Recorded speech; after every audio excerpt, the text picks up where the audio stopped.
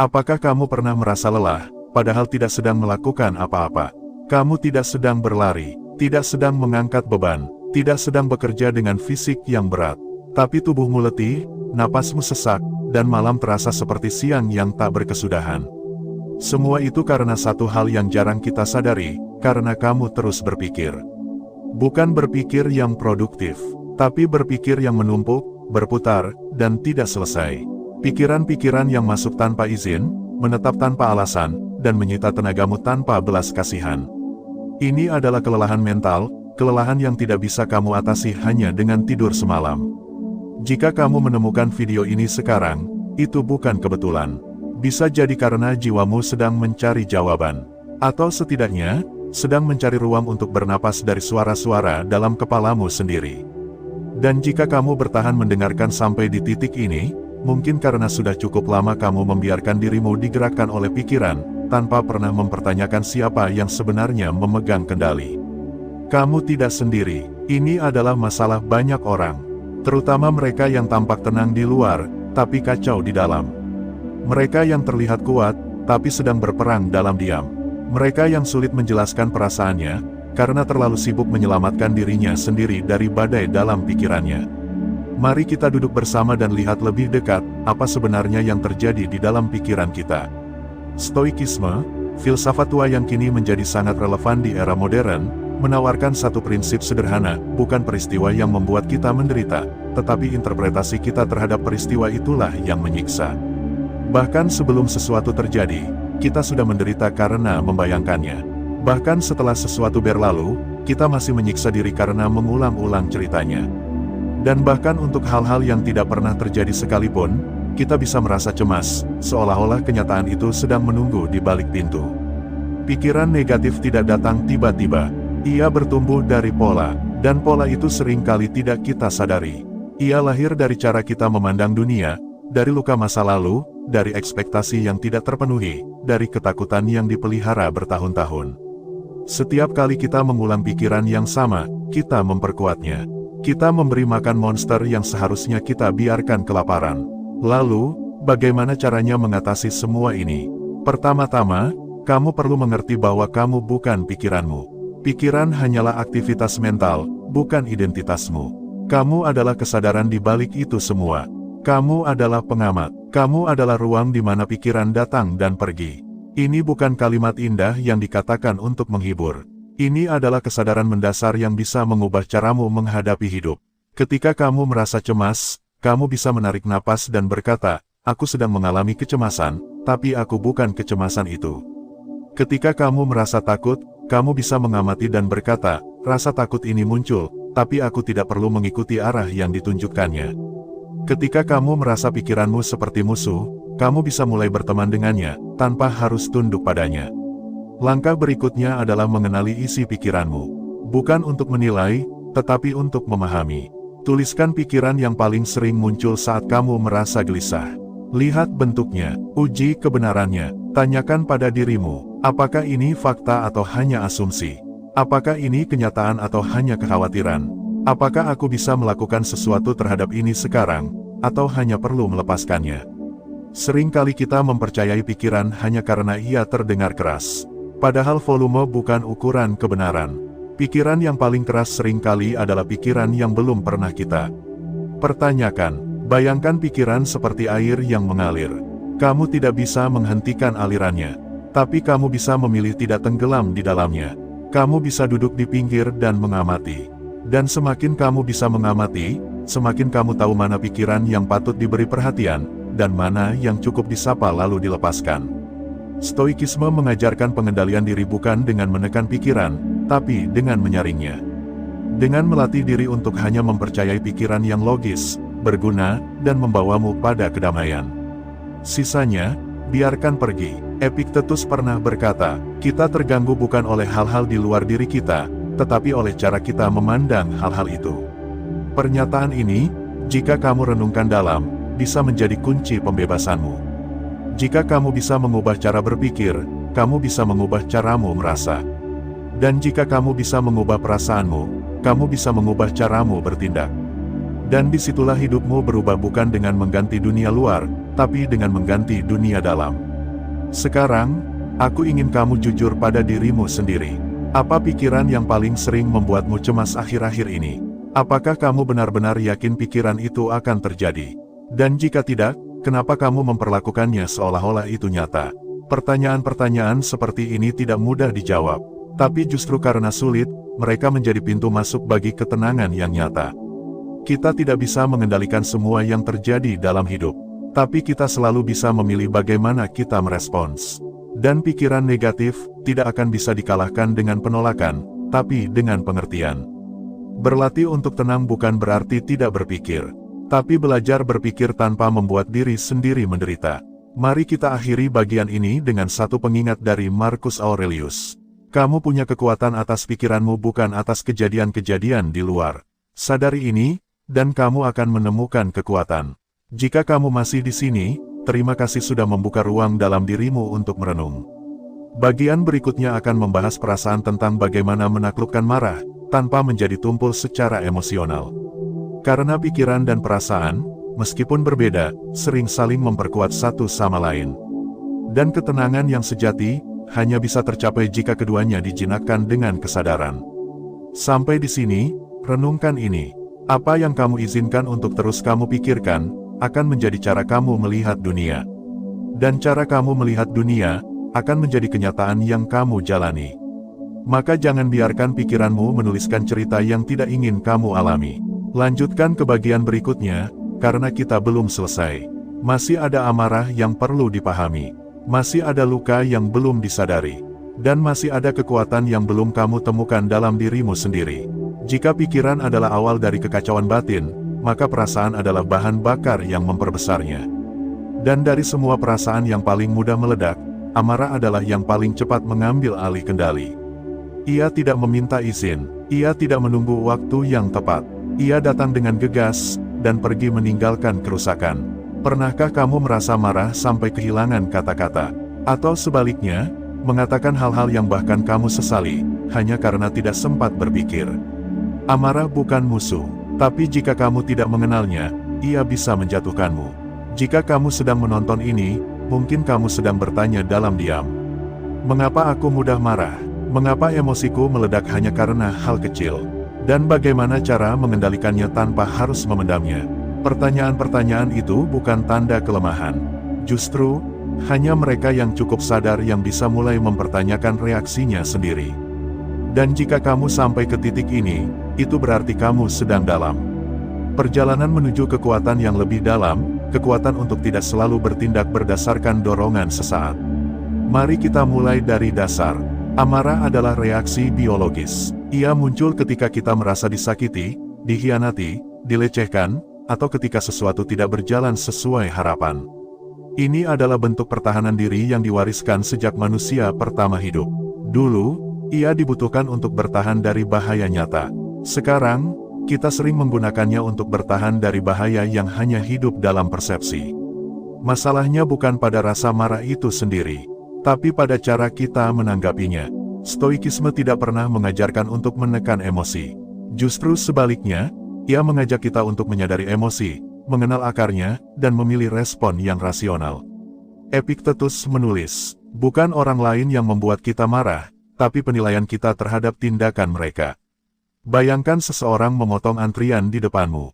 Kamu marah, karena kamu merasa itu tidak adil. Kamu merasa diremehkan. Tapi mari kita tanya ulang, apakah tindakan itu benar-benar menghancurkan harga dirimu? Apakah orang itu benar-benar berniat menjatuhkanmu?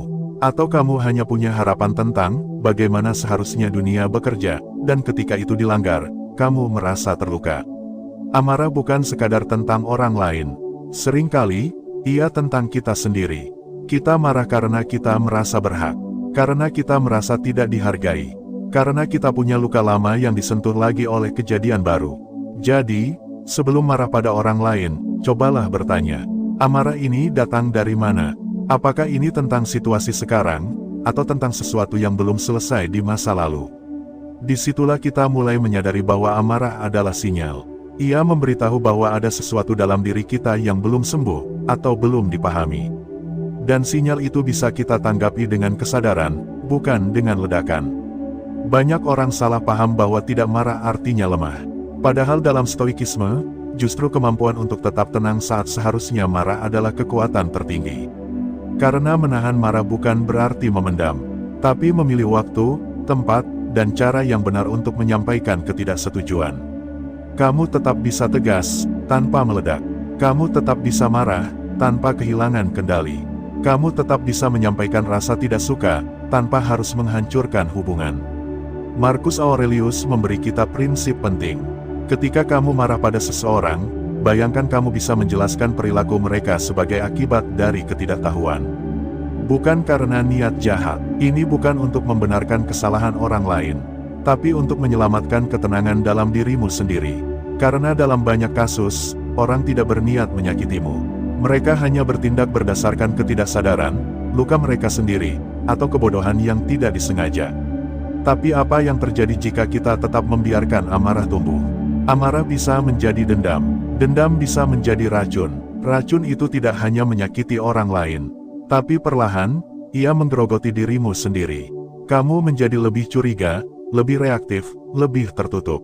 Kamu tidak hanya kehilangan orang lain, kamu juga kehilangan dirimu sendiri.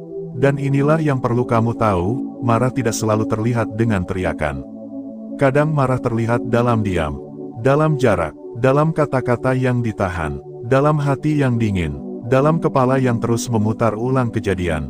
Diam bukan selalu tenang, kadang diam adalah bentuk lain dari marah yang belum selesai. Maka langkah pertama untuk mengatasi amarah adalah kejujuran. Akui bahwa kamu sedang marah. Bukan untuk melampiaskan, tapi untuk melihat lebih dalam. Untuk bertanya, apa sebenarnya yang aku takutkan? Apa yang sedang aku lindungi? Seringkali, amarah adalah selimut dari rasa takut. Takut tidak dianggap, takut ditinggalkan, takut tidak cukup. Dan jika kita terus menyalahkan orang lain atas amarah kita kehilangan kesempatan untuk menyembuhkan ketakutan itu. Lalu, bagaimana kita mengelola amarah dengan bijak? 1. Berikan jeda sebelum merespons. Amarah tumbuh cepat, tapi bisa dilemahkan dengan waktu. Hitung sampai 10. Tarik napas. Diam sebentar. Kadang hanya butuh beberapa detik untuk menyelamatkan relasi yang dibangun bertahun-tahun. 2. Pisahkan fakta dari asumsi. Apakah kamu benar-benar tahu apa maksud orang itu? Atau kamu hanya mengisi celah dengan interpretasi sendiri? 3. Ekspresikan dengan tenang, bukan meledak. Kamu bisa berkata, aku merasa terganggu saat itu terjadi, karena aku merasa tidak dihargai. Kalimat seperti ini jauh lebih didengar, dibanding teriakan yang memaksa orang untuk membela diri. 4. Tulis apa yang kamu rasakan. Menulis bisa membantu menurunkan intensitas emosi. Kamu bisa melihatnya dengan lebih rasional. 5. Pilih untuk memaafkan, bukan karena mereka layak dimaafkan, tapi karena kamu layak tenang. Pemaafan bukan hadiah untuk orang lain, tapi kebebasan bagi dirimu sendiri. Banyak dari kita dibesarkan untuk tidak menunjukkan kemarahan, tapi menahan bukan berarti menyelesaikan. Amarah yang ditekan bisa berubah menjadi penyakit. Emosi yang tidak dikelola bisa menjadi ledakan sewaktu-waktu. Maka stoikisme tidak mengajarkan untuk menekan, tapi untuk mengubah relasi kita dengan emosi itu.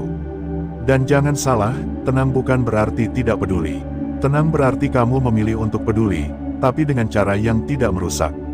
Tenang berarti kamu tetap bertanggung jawab atas perasaanmu, tanpa menyalahkan orang lain. Tenang berarti kamu sadar bahwa orang lain bisa melakukan kesalahan, dan kamu bisa memilih untuk tidak mengikutinya dalam kesalahan yang sama. Sekarang, sebelum kamu melanjutkan ke bagian berikutnya, refleksikan ini. Siapa orang yang paling sering membuatmu marah? Dan jika kamu jujur pada dirimu sendiri, apakah amarahmu lebih tentang mereka, atau tentang ekspektasimu sendiri? Karena seringkali, kita tidak marah pada kenyataan. Kita marah pada ekspektasi yang tidak terpenuhi. Dan jika kamu bisa mengubah ekspektasi itu menjadi pengertian, amarah akan kehilangan daya ledaknya. Kamu tidak harus membalas setiap serangan. Tidak semua ketidakadilan harus kamu jawab dengan ledakan. Kadang, keheningan yang sadar lebih kuat dari ribuan kata yang marah. Dan disinilah kita mulai memahami bahwa amarah bisa menjadi guru. Ia menunjukkan bagian dalam diri kita yang masih terluka. Ia membuka ruang untuk pengampunan. Ia mengajak kita bertumbuh, jika kita mau mendengarkan. Jangan buru-buru menolak amarah, tapi juga jangan buru-buru mempercayainya. Biarkan dia bicara, dengarkan pesannya, tapi tetap kamu yang memilih jalan. Karena kamu bukan amarahmu, kamu adalah kesadaran di baliknya. Di bagian selanjutnya, kita akan masuk lebih dalam ke dunia emosi. Bukan hanya marah, tapi juga rasa takut, cemas, sedih, dan semua emosi yang kita anggap sebagai kelemahan. Kita akan belajar bahwa emosi bukan beban, tapi bisa menjadi bahan bakar, jika diarahkan dengan tepat. Karena hidup tidak akan pernah bebas dari emosi. Tapi kamu selalu punya pilihan untuk tidak dikendalikan olehnya. Jika kamu sampai pada bagian ini, berarti kamu sedang melakukan sesuatu yang tidak banyak orang berani lakukan, menghadapi dunia batinmu sendiri. Itu bukan hal kecil. Banyak orang memilih untuk sibuk. Mereka lebih suka lari. Mereka menghindari rasa takut, menekan amarah, menolak rasa cemas. Bukan karena mereka lemah, tapi karena memang tidak mudah. Tapi kamu tidak melarikan diri. Kamu mendengarkan, kamu bertanya, kamu mencoba memahami, dan itu adalah bentuk keberanian mental yang paling nyata. Hari ini, kita masuk lebih dalam. Kita tidak lagi hanya membahas bagaimana mengelola emosi, tetapi bagaimana membangun hubungan baru dengannya. Hubungan yang tidak berlandaskan penghindaran, tapi pengertian. Dan ini bisa mengubah hidupmu secara perlahan tapi pasti. Mari kita mulai dengan satu kesadaran penting, emosi itu tidak perlu dilawan. Tidak perlu dihapus, tidak perlu dimusnahkan. Emosi bukan musuhmu. Yang sering kali membuat kita menderita adalah cara kita merespons emosi itu, bukan emosinya sendiri. Bayangkan kamu merasa takut, reaksi otomatismu mungkin ingin segera menghilangkannya. Tapi apa yang terjadi saat kamu mencoba menghilangkan rasa takut dengan memaksa dirimu kuat? Ketakutan itu justru menjadi lebih besar. Kenapa? Karena kamu sedang menolak bagian dari dirimu sendiri. Dan semakin kamu menolak, semakin itu berontak. Sebaliknya, jika kamu mengakui, aku merasa takut, dan itu tidak apa-apa. Lalu kamu diam di dalamnya sebentar. Kamu melihat rasa takut itu sebagai sinyal, bukan sebagai musuh. Apa yang terjadi? Ia mulai melembut. Ia berhenti menuntut perhatian dengan cara yang keras. Ia berubah menjadi pesan, bukan tekanan. Begitulah cara kita membangun relasi yang sehat dengan emosi, dengan kesediaan untuk hadir bersama mereka, bukan untuk dikendalikan, tapi untuk dipahami.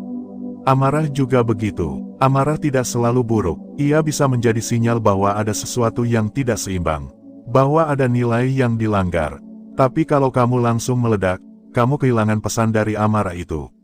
Kamu hanya menambah kerusakan. Tapi jika kamu bisa bertanya, apa yang sebenarnya ingin dikatakan oleh rasa marah ini, maka kamu mulai berubah. Kamu tidak lagi dikuasai emosi. Kamu mulai memimpin dirimu sendiri. Begitu pula dengan kecemasan. Kecemasan sering datang dari ketakutan akan masa depan. Tapi masa depan itu belum terjadi. Jadi kecemasan sejatinya bukan karena realitas, tapi karena proyeksi pikiran. Kita terlalu sering hidup dalam kemungkinan buruk yang kita ciptakan sendiri. Pertanyaannya, bagaimana jika yang kamu bayangkan tidak pernah terjadi? Dan jika kamu bisa mengamati kecemasan itu tanpa terburu-buru menghilangkannya, kamu akan menemukan bahwa ia seperti awan di langit. Ia bisa hadir, tapi tidak akan bertahan selamanya. Dan selama kamu tidak membangun rumah di dalam awan itu, kamu tidak akan tersesat. Inilah yang diajarkan oleh filsafat Stoikisme, bahwa kita tidak bisa mengendalikan semua hal, tapi kita bisa mengendalikan cara kita meresponsnya. Dan itu cukup, bahkan sangat cukup. Kamu tidak perlu menjadi orang yang tidak punya rasa takut, tapi kamu bisa belajar berjalan walau takut. Kamu tidak harus menjadi orang yang tidak pernah marah, tapi kamu bisa belajar mengekspresikannya dengan cara yang tidak menyakiti. Kamu tidak wajib hidup tanpa kecemasan, tapi kamu bisa belajar hadir di momen ini, dan menyadari bahwa kamu selalu lebih besar dari pikiran yang mengganggumu. Kita sering berpikir bahwa kita harus menyembuhkan emosi-emosi ini. Tapi yang sebenarnya kita butuhkan adalah menjalin hubungan baru dengan mereka. Karena seperti tubuh, pikiran juga memiliki cara alami untuk sembuh, asal kita tidak terus mengganggu prosesnya dengan penolakan dan penilaian yang keras. Sekarang, mari kita perjelas satu hal penting. Mengubah cara berpikir dan merasakan bukan berarti kamu akan hidup tanpa tantangan. Dunia tetap akan membuatmu marah, takut, dan cemas. Tapi kamu tidak akan sama lagi. Karena kamu sudah tahu cara menghadapinya. Karena kamu punya jarak baru antara dirimu dan emosimu. Dan di jarak itu, kamu menemukan pilihan. Di jarak itu, kamu menemukan kendali. Di jarak itu, kamu menemukan kebebasan. Banyak orang merasa dikendalikan oleh emosi karena mereka tidak pernah diajari bahwa mereka bisa berdiri di antara stimulus dan respons. Bahwa antara rasa marah dan tindakan, ada ruang. Bahwa antara rasa takut dan keputusan, ada momen kesadaran. Dan semakin kamu melatih kesadaran itu, semakin kamu menjadi tuan bagi dirimu sendiri. Kamu mulai mengenali, oh, ini hanya pikiran. Ini hanya rasa yang lewat. Ini bukan seluruh diriku. Dan saat kamu bisa mengatakan itu dengan tenang, kamu tidak lagi diperbudak oleh isi kepalamu sendiri. Kamu menjadi pengamatnya, pemilihnya, penentu arahnya. Kita bisa ambil contoh kecil, seseorang menghinamu. Reaksi otomatismu mungkin marah, ingin membalas. Tapi jika kamu diam sejenak, kamu bisa bertanya, apa yang sebenarnya sedang aku rasakan? Kenapa aku merasa terancam? Mungkin kamu menyadari bahwa kamu hanya sedang ingin dihargai. Bahwa harga dirimu terganggu. Dan saat kamu bisa jujur pada rasa itu, kamu bisa merespons dengan tenang. Kamu tidak perlu membalas hinaan dengan hinaan. Kamu bisa memilih tenang, karena kamu tidak ingin kehilangan kendali hanya karena seseorang kehilangan kendalinya. Inilah seni hidup yang ditawarkan stoikisme, keheningan di tengah keramaian batin. Karena pada akhirnya, bukan tentang menjadi sempurna, tapi menjadi sadar. Bukan tentang memadamkan semua emosi, tapi menjadi bijak dalam menyikapinya. Dan itu tidak datang dalam semalam. Tapi setiap hari, kamu bisa melatihnya. Setiap kali kamu marah, takut, atau cemas, kamu punya kesempatan untuk bertumbuh. Apakah kamu mau? Pertanyaan itu sederhana, tapi jawabanmu akan menentukan kualitas hidupmu ke depan. Kalau kamu sudah sampai sini, itu artinya kamu tidak lagi sama. Kamu sedang memproses ulang cara hidupmu. Kamu sedang mempelajari cara baru untuk menavigasi hidup ini dari dalam, bukan dari reaksi. Dan itu luar biasa. Sekarang, mari kita renungkan satu hal terakhir sebelum masuk ke kesimpulan, dunia luar tidak akan berubah sesuai kehendakmu. Tapi dunia dalammu, itu bisa kamu bentuk. Dan ketika dunia dalammu menjadi damai, dunia luar tidak akan lagi terlalu mengganggu. Itulah kekuatan sebenarnya dari memahami emosi, kamu tidak lagi tunduk pada badai di luar, karena kamu sudah menemukan langit yang tenang di dalam. Hidup tidak bisa dipisahkan dari benturan. Pikiran yang gaduh, emosi yang meletup, rasa takut yang mendadak muncul seperti bayangan di balik pintu. Semua itu bukan pertanda kita lemah, tapi pertanda bahwa kita hidup, bahwa kita sadar, bahwa kita sedang menjalani satu perjalanan penting, belajar menjadi tuan atas diri sendiri. Dan kalau kamu menonton video ini sampai ke titik ini, saya tidak percaya itu sebuah kebetulan. Kamu mencari sesuatu yang lebih dari sekadar pelarian sesaat. Kamu tidak mencari hiburan, tapi ingin mengerti, ingin memahami, ingin benar-benar berdamai, bukan hanya terlihat baik-baik saja di luar. Dan mungkin, kamu telah sampai pada satu kesadaran baru, bahwa yang perlu ditenangkan bukan dunia, tapi cara berpikir kita. Yang perlu dipelajari bukan cara membungkam emosi, tapi cara menyelami dan mengelolanya. Mari kita kembali sejenak pada apa yang sudah kita bahas. Di bagian pertama, kita menyadari bahwa pikiran, perasaan, dan emosi bukanlah musuh.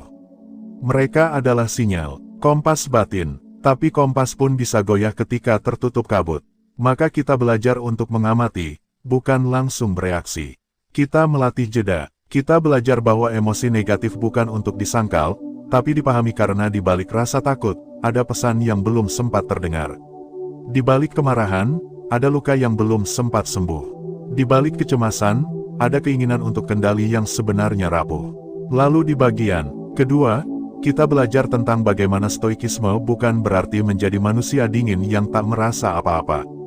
Justru sebaliknya, seorang stoik adalah seseorang yang berani hadir secara penuh dalam hidupnya, tapi tidak tenggelam di dalamnya. Ia belajar menerima kenyataan, tanpa kehilangan kehendak untuk memilih sikap yang terbaik. Ia tahu bahwa tidak semua hal bisa dikendalikan. Tapi ia juga tahu, ada satu hal yang bisa ia latih setiap hari, pikirannya sendiri. Dan di bagian ketiga, kita masuk ke dalam inti kekuatan itu, pengelolaan diri. Kita belajar bahwa emosi bukan untuk ditekan, tapi diarahkan. Bahwa setiap perasaan adalah bahan mentah. Dan tugas kita adalah mengolahnya menjadi sesuatu yang berguna bukan hanya bagi diri sendiri, tapi juga bagi orang lain. Kita menyadari bahwa hidup bukan tentang menjadi manusia yang tidak pernah takut, tidak pernah marah, atau tidak pernah cemas. Tapi menjadi manusia yang tidak dikendalikan oleh semua itu. Kini, mari kita tarik napas sejenak, dan bertanya lagi dalam hati, apakah saya sudah cukup mengenal isi kepala dan isi hati saya sendiri? Kebanyakan dari kita lebih tahu tentang orang lain ketimbang diri sendiri. Kita lebih hafal jadwal kerja, keinginan pasangan, tuntutan sosial, dan ekspektasi dunia, ketimbang suara batin kita sendiri. Kita hidup sibuk mengejar, takut tertinggal, terus merasa belum cukup, belum jadi siapa-siapa, belum mencapai apa-apa. Tapi, jika kamu berhenti sejenak sekarang, dan benar-benar diam, kamu akan merasakan sesuatu. Ada ruang di dalam dirimu yang selama ini tidak kamu jamah. Ruang yang bukan untuk dinilai, bukan untuk dipamerkan, bukan untuk ditata rapi demi validasi siapapun. Itu adalah ruang kedamaian yang hakiki. Dan untuk mencapainya, kamu tidak perlu menjadi orang suci. Kamu hanya perlu berani jujur dengan apa yang kamu rasakan. Kamu boleh merasa takut, kamu boleh merasa cemas, kamu boleh merasa marah, tapi kamu tidak perlu terus hidup dari semua itu. Karena kamu bukan emosimu, kamu bukan pikiranmu, kamu bukan suara-suara negatif yang muncul dalam kepalamu. Kamu adalah kesadaran yang mengamati semuanya. Dan begitu kamu sadar, kamu bebas. Kesadaran adalah kunci dari semua perubahan. Tanpa kesadaran, kita hidup seperti robot yang terus mengulangi reaksi lama terhadap situasi baru.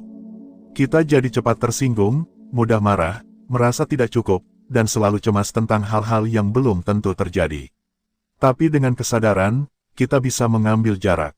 Kita bisa melihat bahwa kita tidak harus mengikuti arus pertama dari emosi kita. Kita bisa memutus rantai reaksi, dan menggantinya dengan respon yang lebih bijak. Kita bisa memilih kembali siapa kita ingin menjadi, dan bagaimana kita ingin hidup. Lalu, apa langkah berikutnya? Langkah berikutnya adalah melatih pikiran seperti kita melatih otot. Mulai dari hal yang kecil. Misalnya, ketika kamu merasa marah, jangan langsung meledak. Tarik napas, rasakan amarah itu, dan bertanyalah, apa sebenarnya yang sedang saya perjuangkan? Apa yang saya takutkan? Apa luka yang sedang saya lindungi?